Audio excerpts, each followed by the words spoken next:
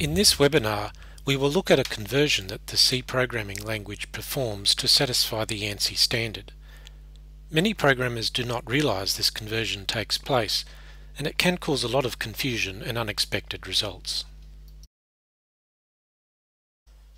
C allows you to use a number of different data types. Of the integer types, int is a preferred type in that it typically reflects the integer size of the underlying hardware.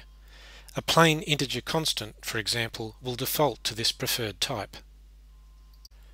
C will happily work with most types, but there are a number of data types that C does not get on with very well at all.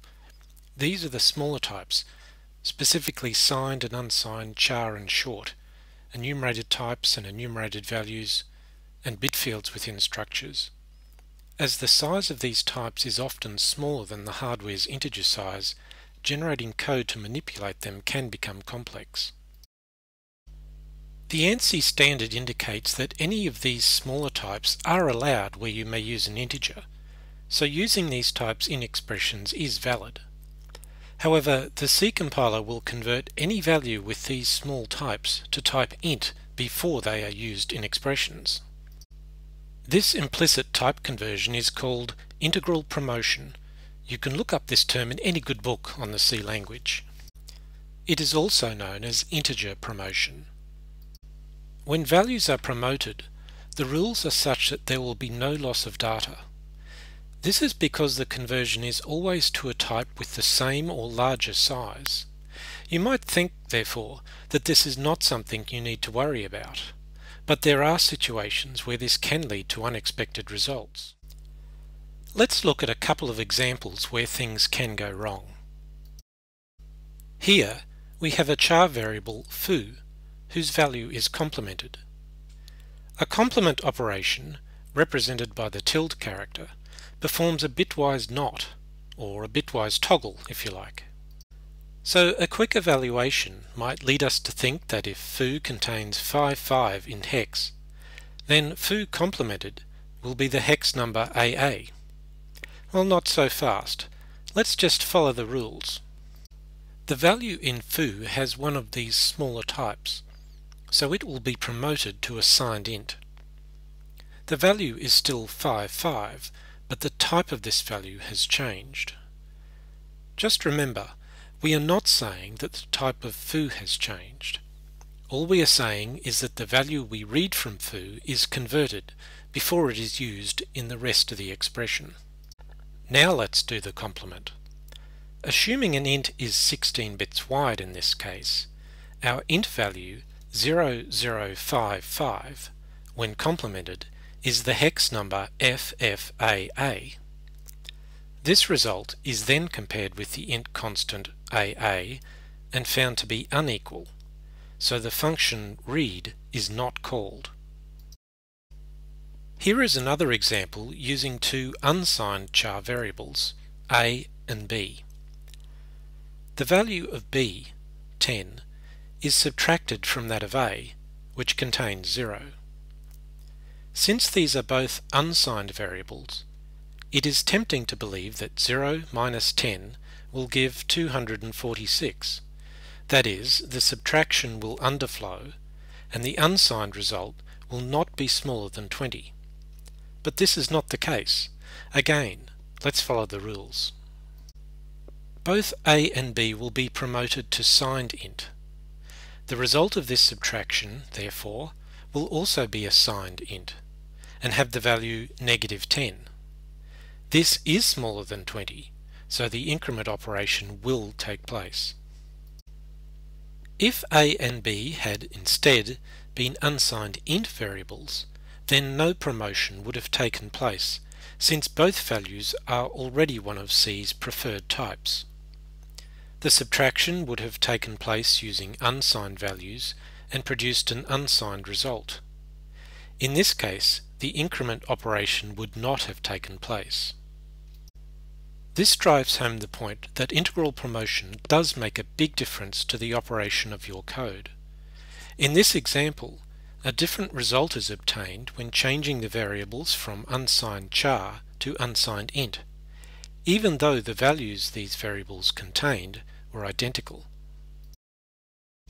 So what exactly are the rules? Integral promotion is applied to the operand of the unary plus and minus operators. These are the operators that might be used to indicate a value is positive or negative. It is also applied to both operands of the shift operators and the operand of the complement operator, as we have already seen in our first example. The controlling expression in a switch statement is promoted, and exactly the same promotion is applied to each case value in that switch statement. Integral promotion is also the first step in the usual arithmetic conversion rules, which are applied to both operands of binary operators to ensure they have the same type. You can also read about these rules in your C language text. So you can see, integral promotion takes place in most instances where you use one of the smaller types. And how is the promotion done? If the value of the smaller type will fit into a signed int, then that will be the resulting type. If not, the value is promoted to an unsigned int. The C compiler you are using knows the size of each type and can determine which is the appropriate converted type. These small data types are still very useful, so don't vow to never use them again. If you need to store a large number of values, choosing a smaller type could save large amounts of valuable RAM. So how do we make sure that integral promotions are not causing us problems? If you are using one of the smaller types in an expression, just take the time to confirm how that expression will behave. Work through the expression step by step and promote any value with a smaller type before it is used. Perform the remainder of the operations using the converted type. Many problems occur when an unsigned smaller type is promoted to a signed int, so look out for these in your code. You will need to know the size of the int and smaller types used by your compiler, and these will be shown in your compiler's user's guide. Also check whether a type specified as just char will default to signed or unsigned, as this can vary from compiler to compiler, even those that are ANSI compliant.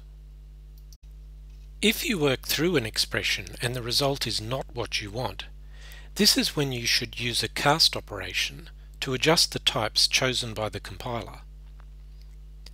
In the code block on this slide, we see code adjustments, shown in red, that might be relevant. In the first statement, we see the int result of the complement forced back to an unsigned char before the equality check is made. In the second statement, the result of the subtraction is forced to be unsigned before it is compared with the constant. There are other examples of using a cast operation that would achieve the same result. Integral promotions are also part of another set of type promotions which are even less familiar to most programmers. These are the default argument promotions and are applied to the value passed to any unnamed function argument.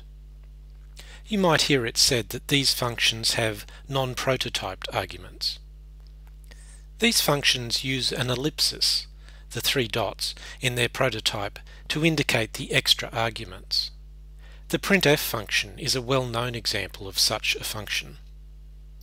Each unnamed integer argument undergoes integral promotion before it is stored into the called function's parameter. Any floating point argument undergoes a similar promotion, which consists of turning values of type float into type double. You see, double is the preferred type for floating point values. This solves the mystery of why the printf function has no placeholders for printing a char, short, any bit field or float value. None of these types can be passed to printf, as they are promoted first. Remember, the %c placeholder is for printing an int value in ASCII, not for printing a char as an integer number.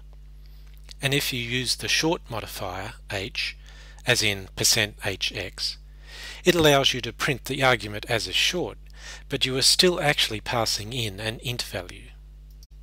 Although not as common, these promotions are equally as important and are applied to any function that has non-prototyped arguments. As a final test, what do you think the code in the example will print? Here, C, a signed char with a hex value of FF, is printed as a hexadecimal number. I'll give you a hint. The answer is not FF. I hope that this webinar has helped you to understand how integral promotion works, but more importantly, that if you overlook these rules, they can cause code failure. Take a couple of moments to identify the smaller data types in your code, work through the rules, and get the perfect promotion.